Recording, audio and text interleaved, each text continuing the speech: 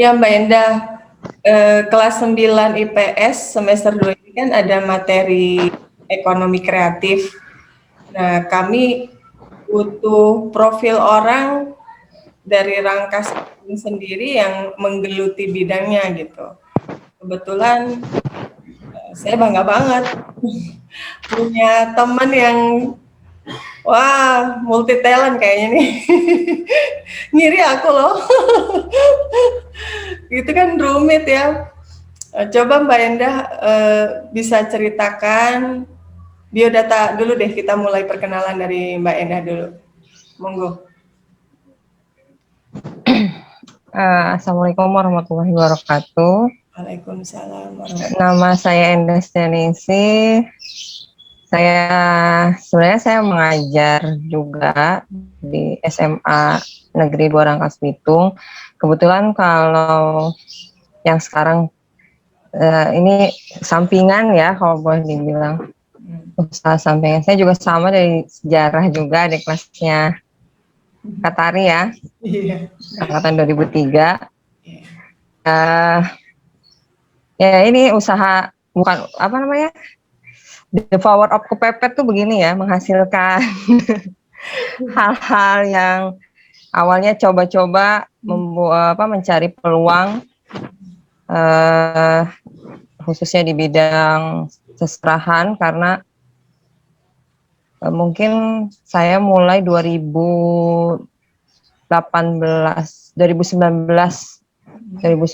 April mulai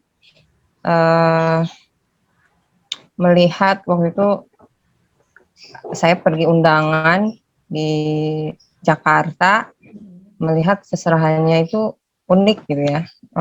Kayaknya di Rangkas Bitung belum ada pada saat itu. Tapi kalau sekarang udah banyak, alhamdulillah sudah, jadi sudah mudah diterima dengan orang banyak. Jadi pemasaran juga jadi lebih mudah gitu. Kalau kemarin-kemarin masih jadi banyak kendalanya gitu. Tapi dengan banyaknya media sosial yang yang membantu pemasaran ini, juga jadi lebih bagus tingkat daya konsumennya. Oke. Itu tadi Mbak Ida sebagai guru juga entrepreneur juga selepas pulang sekolah. Terus peluang bisnisnya itu seperti apa Mbak Enda? Untuk apa ya namanya ya? Kerajinan seserahan atau apa sih namanya? Dekorasi seserahan ya, Dekorasi seserahan. Oke. Peluang-peluang ke depan gitu. hantaran. Mm-mm. Kenapa? Peluangnya untuk ke depannya seperti apa kira-kira? Karena kan orang orang kan nggak mungkin nggak nikah lagi kan?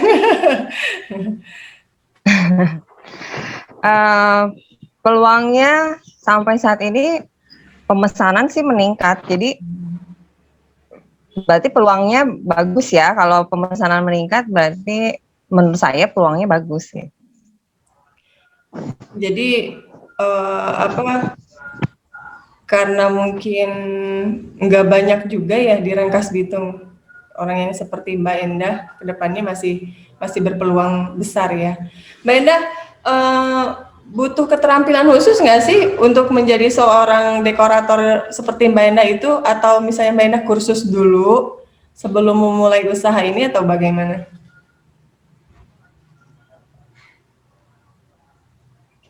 Yang jelas butuh mood yang bagus untuk menghasilkan sesuatu yang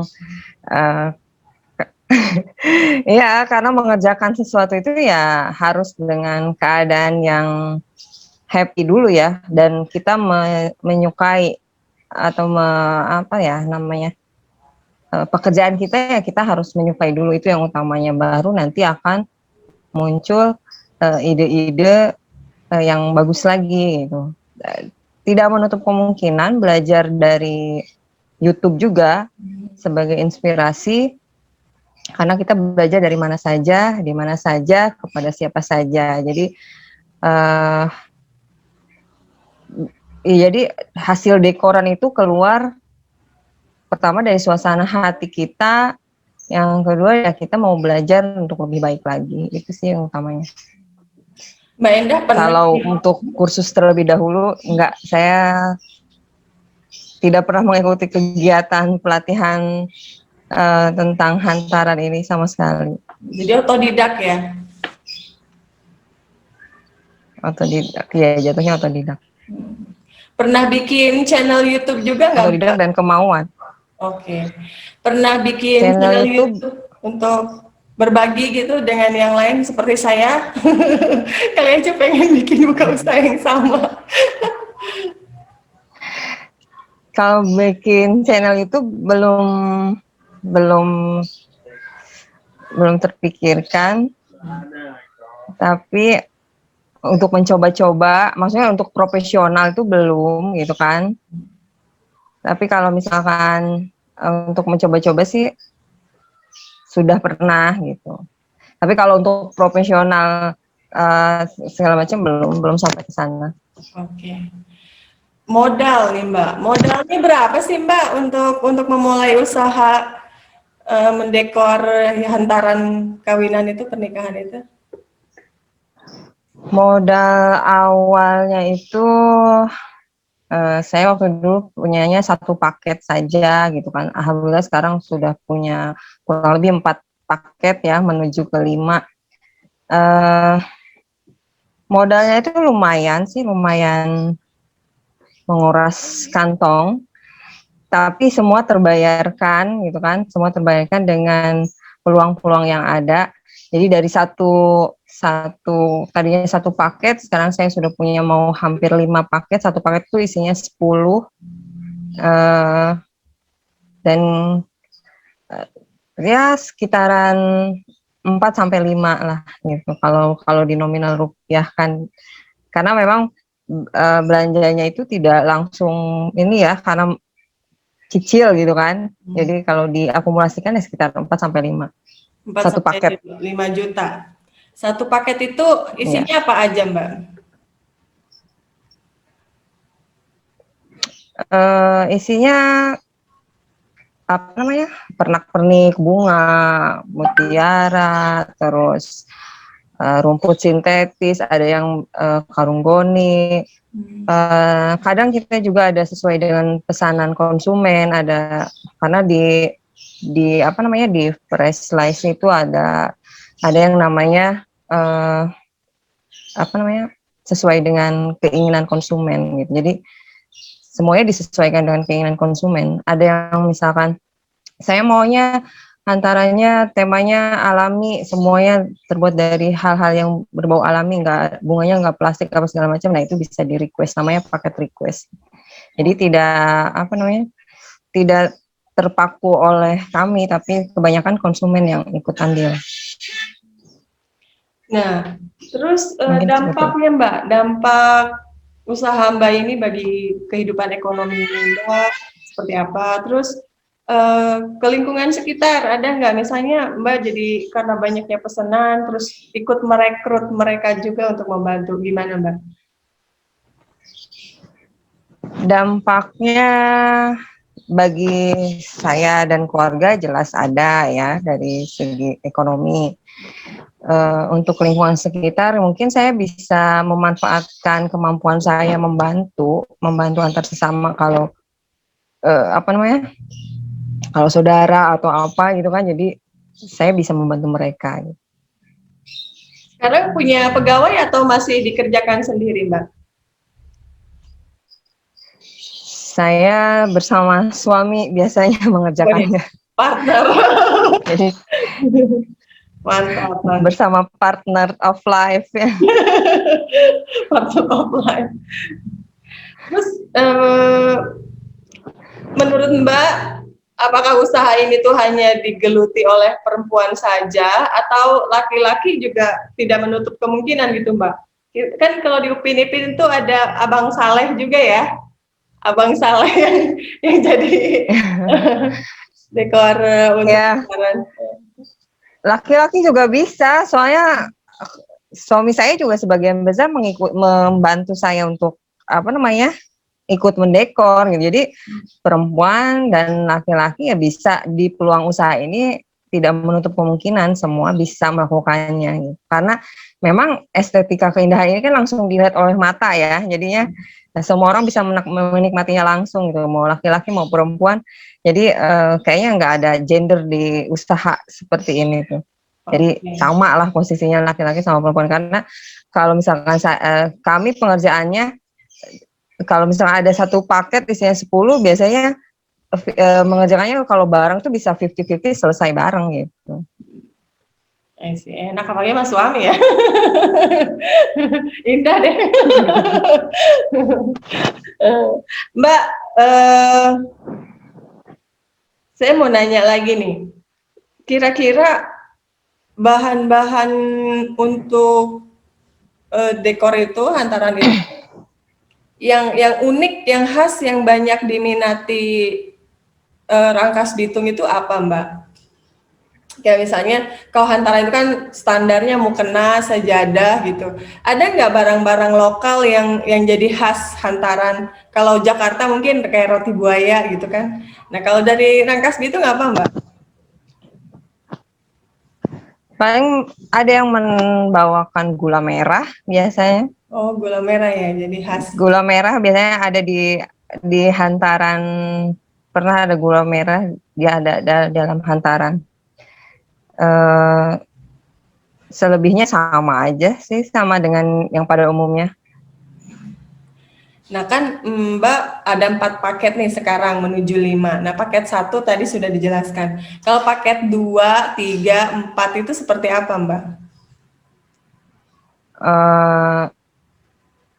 Jadi paket di sini tuh misalkan paket 1 isinya 4 gitu, 4 kotak, paket 2 isinya 6, 8, 10, jadi kelipatan paketnya. Nah, kalau jenisnya itu ada paket sewa saja, ada juga paket hias dan sewa, ada paket request. Jadi ada tiga pilihan konsumen itu. Kalau paket sewa, dia boleh bawa kotak dari kami, mereka yang menghias di rumah. Nah, kalau paket sewa dan rias, berarti mereka membawa ke kita untuk sewa dan riasnya. Nah, kalau paket request, mereka biasanya menentukan, misalkan Mbak saya pengen menggunakan tile warna coklat atau warna gold, warna pink, atau bunganya mawar, serba merah, serba putih, atau serba biru. Nah, itu paket request. Jadi ada jenis paketnya itu hanya 3, ada sewa saja, ada sewa dan rias, dan ada paket request gitu. Nah, untuk paket kotaknya, nah itu tadi ada yang 4, satu paket itu ada yang 6, ada yang 8, ada 10, dan 12 kotak gitu, untuk sewanya. Oh, gitu.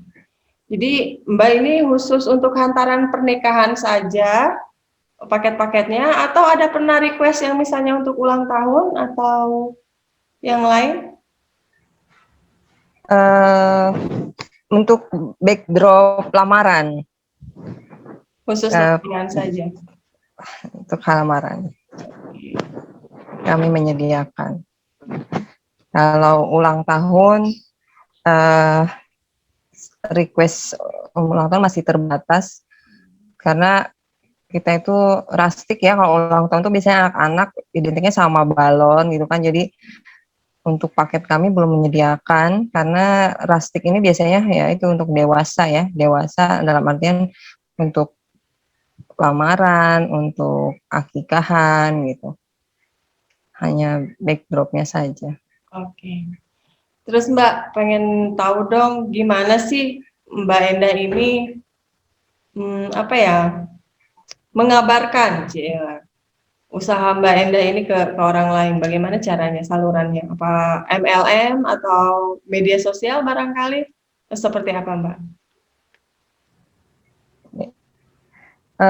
Kebetulan saya termasuk yang rajin menggunakan media sosial, Instagram ataupun Facebook, Snap WA jelas ya. Jadi kami marketingnya melalui media sosial, bisa melalui teman, saudara gitu kan. Di Instagram yang lebih banyaknya gitu kan. Nah, itu adalah salah satu cara marketing kami. Nah, untuk di Instagram itu namanya Imah Ami, brand kami itu Imah Ami. Alhamdulillah paling jauh kami sudah sampai kemarin daerah Depok, daerah Bogor sudah bisa menghubungi untuk sewa di tempat kami gitu. Wow, mantap. Luar negeri dong, Mbak. Kalau kalau Kabupaten Lebak mah udah ke ujung Malingping, Cilegon sudah pernah ya pernah untuk membantu ya. Mantap. Banten. Gitu. Followersnya udah berapa, Mbak? Followers berapa itu? 1.000 lebih deh Mas di Instagram. Keren. Kalau Facebooknya apa, Mbak? Barangkali nanti ada orang tua siswa saya juga yang Facebook sama Imah Ami karena brandnya memang Imah Ami. Facebook, Instagram sama ya. Kendalanya apa sih Mbak untuk menjalankan usaha dekor hantaran pernikahan itu yang selama ini Mbak Endah hadapi gitu? Kendalanya itu yang pasti karena benda ini kotak hantaran itu dari akrilik ya yang mudah misalnya jadi kita wanti-wanti banget sama yang penyewa bahwa ini nggak boleh ditumpuk, tidak boleh bergesekan segala macam. Nah itu kendala yang paling utama karena memang kalau kerusakan itu sangat riskan sekali dan itu sebenarnya dibalikan ke konsumennya. Kalau terjadi rusak, konsumen yang akan mengganti seluruhnya gitu ya. Kendalanya itu aja sih. Dari segi penyimpanan kadang kalau konsumen itu kan yang datang ke kami itu biasanya pihak pria ya, karena yang membawa hantaran itu pihak pria. Nah kita udah menjelaskan nih sama pihak keluarga pria bahwa nanti tidak boleh ditumpuk, tidak segala macam. Nah ketika nyampe ke pihak wanita kan, ketika seserahan itu diserahkan, nah itu yang bikin khawatir. Nah itu sebenarnya kendala yang paling utama di hantaran akrilik ini. Saking antusiasnya ya langsung dibuka, langsung diacak-acak, akhirnya rusak. Oh jadi sudah ada perjanjian sebelumnya ya, kalau rusak diganti gitu ya?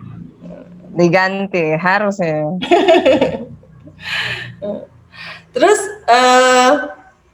Mbak Endah, apa pesan Mbak Endah buat nih generasi milenial setelah kita nih untuk ekonomi kreatif itu? Sebenarnya saya jadi gregetan untuk bertanya, pentingan mana nih Mbak Endah nih?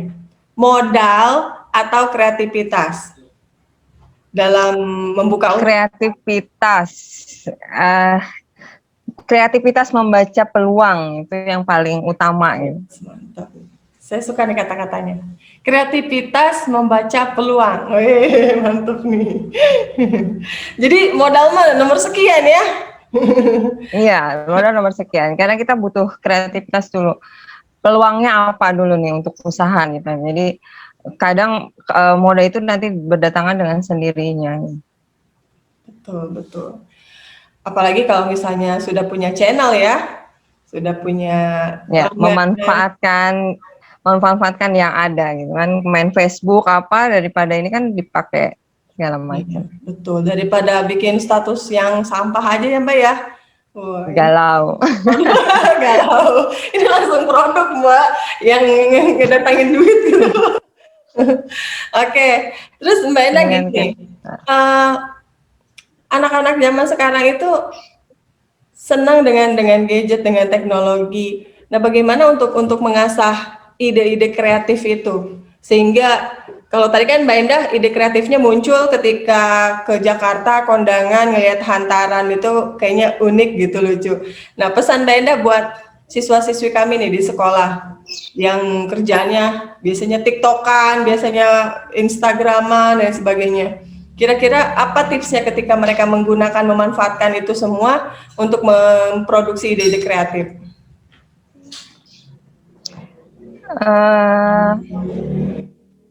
Menjadi pengguna medsos yang bijak itu kayaknya lebih produktif ya, dalam artian oke lah main TikTok tidak masalah gitu kan, tetapi bagaimana TikToknya itu memberikan manfaat untuk orang lain tuh sebenarnya lebih lebih bermanfaat gitu.